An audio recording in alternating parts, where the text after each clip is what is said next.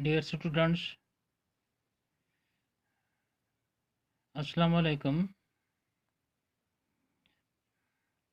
आज हम पढ़ेंगे जियोग्राफिया क्लास 8 टॉपिक कमर्शियल फार्मिंग। जैसा कि आपको मालूम है कि पिछले वीडियो में हमने टाइप्स ऑफ फार्मिंग पढ़ा था और उसमें हमने ये पढ़ा था कि ये टाइप्स ऑफ फार्मिंग दो तरह की होती हैं, सब्सिस्टेंस फार्मिंग और कमर्शियल फार्मिंग।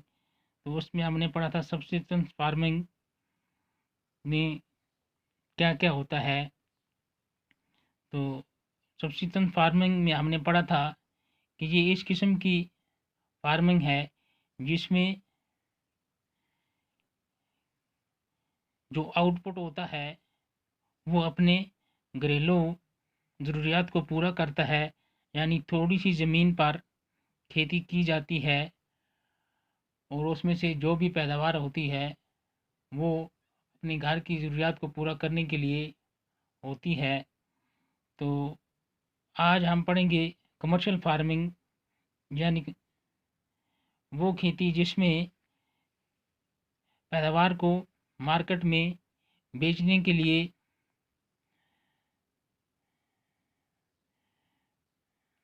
पैदा किया जाता है। तो crops are growing and animals are reared for sale in market, यानी कमर्शियल फार्मिंग में फसल और जानवर इनको मार्केट में बेचने के लिए पाला जाता है। तो इसमें होता है जी, huge capital is used on large area under cultivation. जैसा कि हमने सब्सिस्टेंस फार्मिंग में पढ़ा था कि उसमें थोड़ी सी ज़मीन पर बगैर मशीनरी के काम किया जाता है और फसल भी थोड़ी होती है जो अपनी ज़रूरियात के लिए पूरी होती है। तो कमर्शियल फार्मिंग में बहुत ज़्यादा ज़मीन पर खेती की जाती है और उसमें ज़्यादा कैपिटल भी इस्तेमाल होता है। Work is done by machine, काम जो है वो मशीनों के ज़रिए किया जाता है।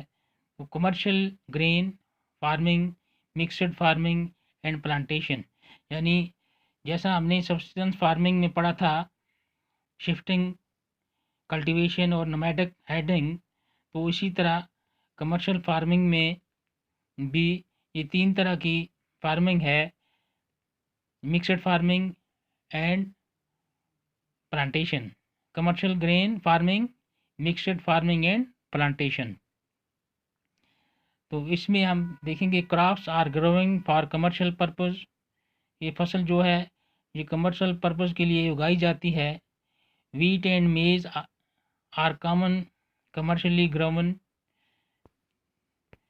तो इसमें जो गंदम और मकई जो है ये कॉमन कमर्शियली ग्रोवन है। Temperate grasslands of north America, Europe and Asia, और ये फसलें जो उगाई जाती हैं ये आमतौर पर टेम्परेट ग्रासलैंड जो हैं वो नॉर्थ अमेरिका, यूरोप और एशिया में हैं, वहाँ पर इनकी ज़्यादा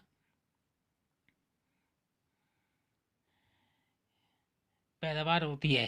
तो severe winters restrict the growing and only a single crop can be grown, यानी यहाँ पर ज़बरदस्त ठंड होती है, बर्फ़बारी होती है, वहाँ पर साल में सिर्फ एक ही फसल उगाई जाती है।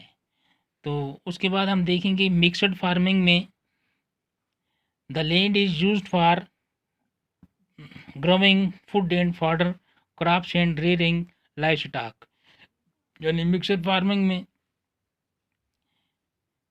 जो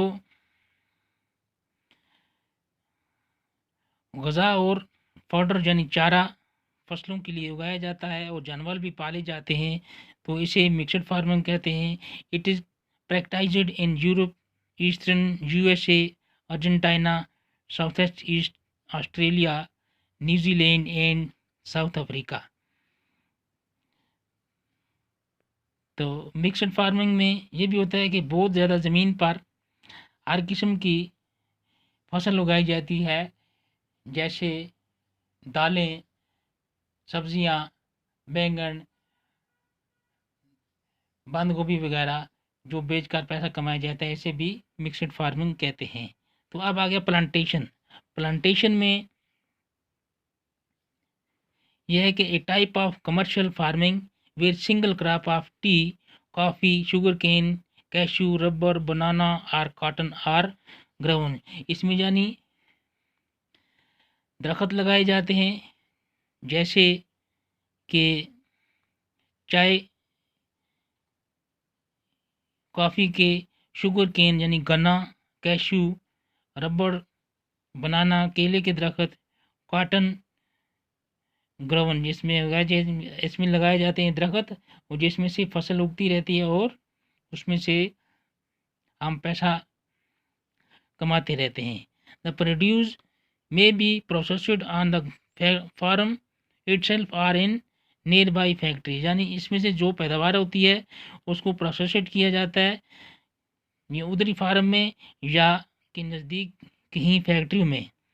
major plantation are found in the tropical regions of the world, rubber in Malaysia, coffee in Brazil, tea in India and Sri Lanka are some examples.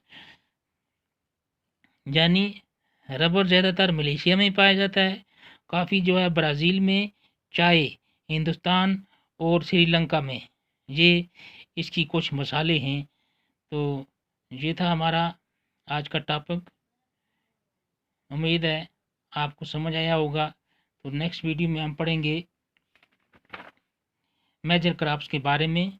तो आज के लिए इतना ही।